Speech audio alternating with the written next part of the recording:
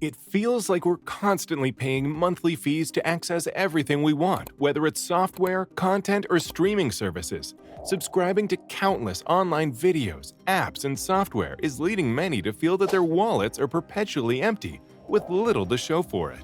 It was never like this in the past, but now subscriptions have changed the internet for the worse. People are becoming burnt out on all the subs, and things are starting to get a little weird. In the early days, before paid advertisements were put in place, people could access plenty of content on the internet free of cost. Back then, magazines, newspapers, and gym memberships were the main types of subscription services available. Within a few decades, the internet has changed from being a haven for free ad-supported content to a threat to subscription services. But why did companies shift to subscription models? Simply because they saw an opportunity for ongoing profits. It was attractive to have a reliable source of income, whether it came from software services, streaming platforms, or news websites.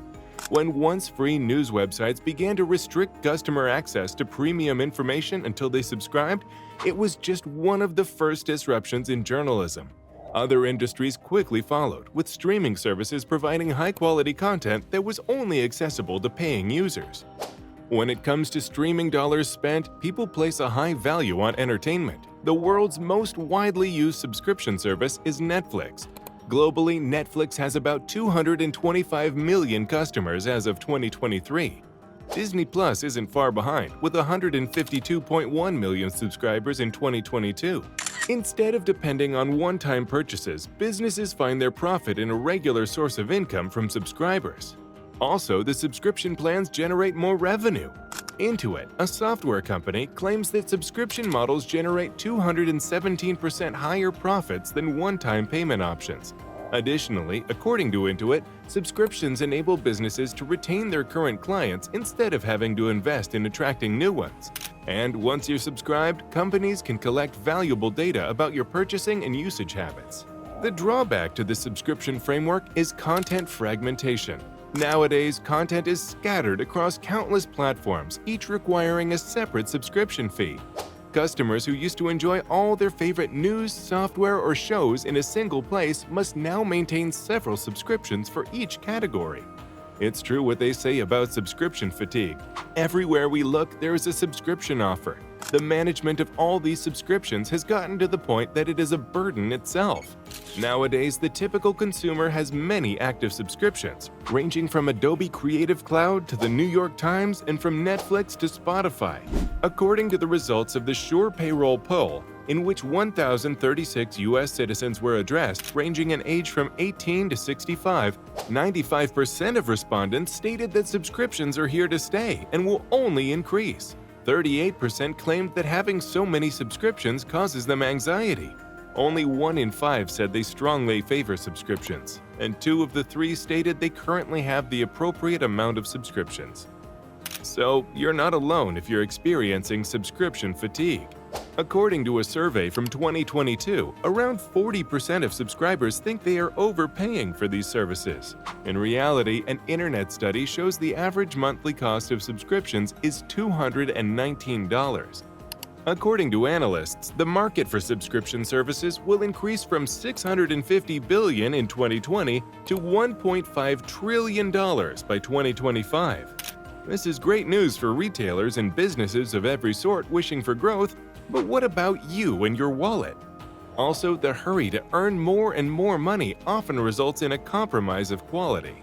Firms have placed a greater focus on quantity than quality in their rush to get subscribers. In an effort to justify the continuous cost to their users, content providers are under pressure to produce a constant stream of poor, hurried, or unnecessary content.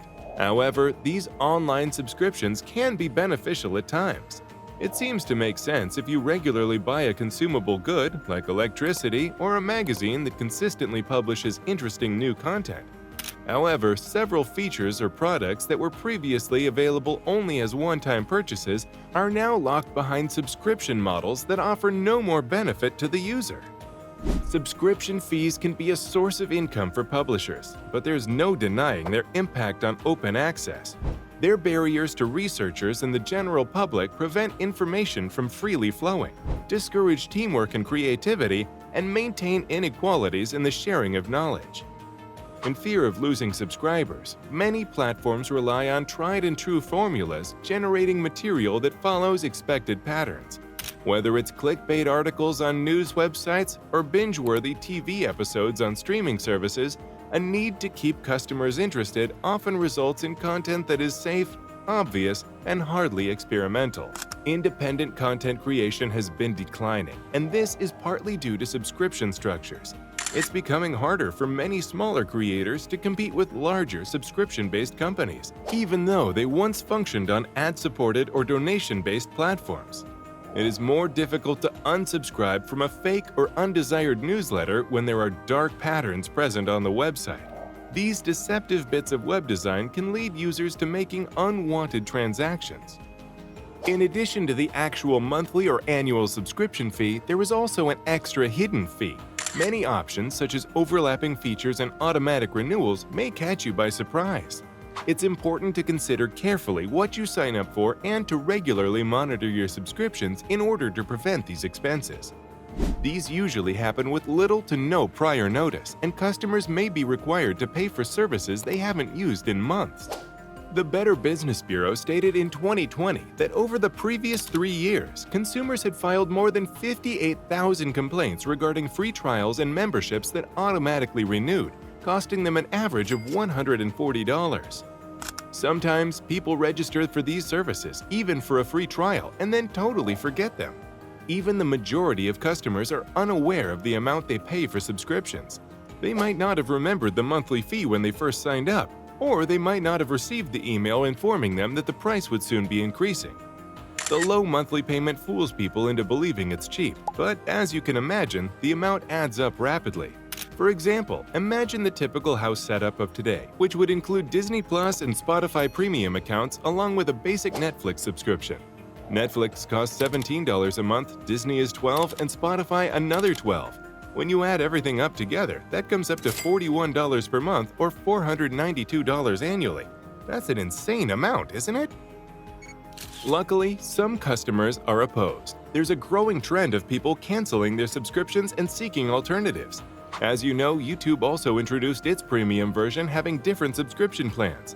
Although it's beneficial as it offers ad-free videos, background playback, and offline viewing, still some people find it useless. They claim that compared to many other streaming services, YouTube, without a subscription, doesn't restrict its access to its content. You can tolerate the ads and use the savings of around $139.99 annually to broaden your entertainment choices. In response, some platforms are allowing customers to pay once and enjoy access without worrying about ongoing expenses by introducing freemium models or one-time purchase choices.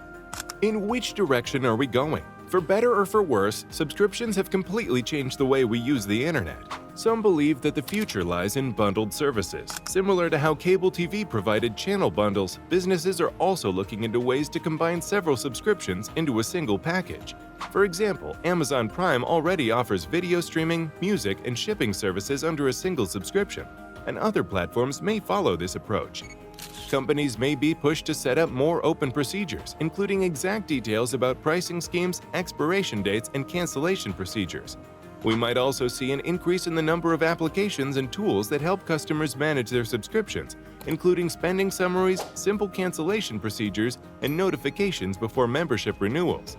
But there's also a chance that public pressure could force businesses to reconsider the subscription model completely, which might result in a revival of free or ad-supported content. If you like this video, don't forget to subscribe to our channel to get updated with more amazing content.